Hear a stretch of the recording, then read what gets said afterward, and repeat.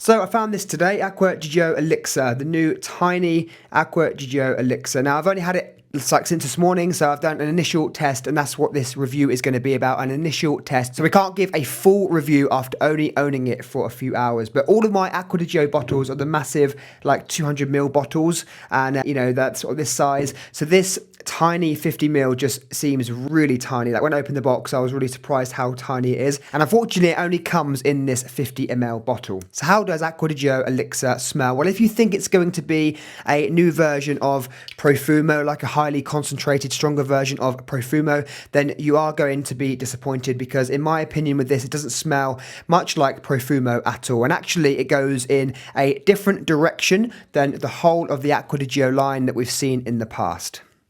So the opening, to me, is the best part of this fragrance. It's very bright, it's very energetic, it's very refreshing in the opening. You get this really nice bergamot and watery notes. That's kind of how it comes across to me. It's really refreshing. I can imagine wearing this after a shower, and it just gives you that really nice, refreshing, like revitalization feeling that you get after a hot shower. But the bergamot is lovely, and the watery notes really give it that kind of Acqua Di Gio vibe that we know and love from this line of fragrances. Now, as it goes into the dry down slightly, you pick up violet leaf. It's a note that I really pick up quite strongly, and I know violet leaf quite well because it's in one of my favorite designer fragrances, Fahrenheit, so I know how it smells, and I can pick it up quite well in here.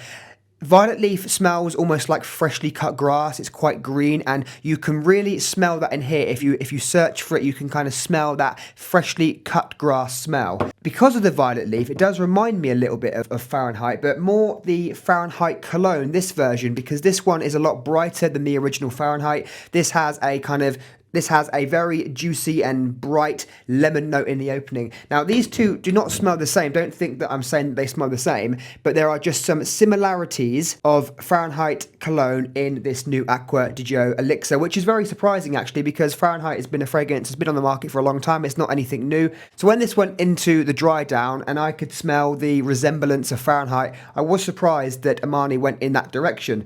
But it's nice to have a new version of Acqua Di Gio and not just a flanker that smells exactly the same as the others. Now, it's in the dry down, this makes a big change from the opening. So this is a fragrance that does change as it goes through from the opening to the mid to the dry down, which I quite like because it goes on this little kind of journey on your skin, and you can smell the different parts of the fragrance. You can smell the opening with the really fresh and bright bergamot, and then you can smell the violet leaf and the green, freshly cut grass. And then it goes into the dry down and it becomes a lot darker. It hasn't got the brightness and the watery notes. It goes in a much more darker direction, but there is not particularly a note that I can pick up really clearly. It sort of smells like a mix of like patchouli, woods, and like a leathery note, but it's not anything where I can 100% say it's definitely that. It just has this slight resemblance to patchouli and leather with this masculine designer fragrance like woody note. Now, when you spray it on your hand, it's quite oily, so you can get a sense that there is a good level of concentration in here. When you spray a fragrance on your hand, then you can see the kind of shine of the oils. That generally means there's a high level of perfume oils in the fragrance. With the ELIXIR, and this costing as much as it does, there should be a high level of perfume oils in here. Now, the performance is really hard to test it just on the first day, and it's not fair to the fragrance or to you guys to give a kind of definite test of performance, but it seemed kind of just better than average. It was quite intense in the first couple of hours, so you smell it on your hand. That's how I was testing it, and it smelled really intense in the first couple of hours, but it wasn't anything crazy. It wasn't like a beast mode fragrance that you would call it. It just has slightly better than average performance, and if it has got a high concentration of perfume oils, it will typically be a fragrance that is closer to the skin anyway. So my initial thought is that it didn't blow me away like Sauvage ELIXIR when it first came out. This one, I was really shocked when I first tried it, and the direction that Dior went with this fragrance. I think this was an amazing fragrance.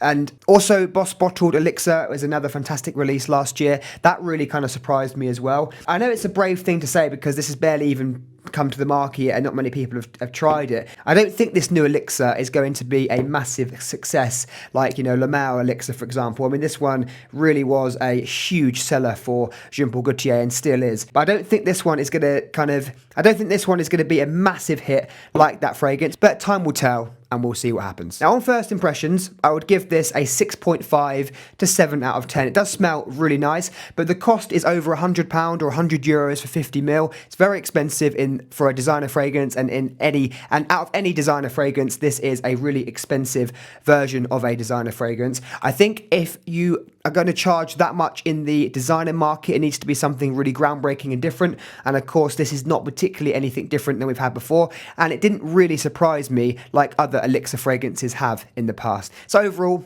first impressions, I'm going to give this a 6.5 out of 10. Let me know when you try it and what you think.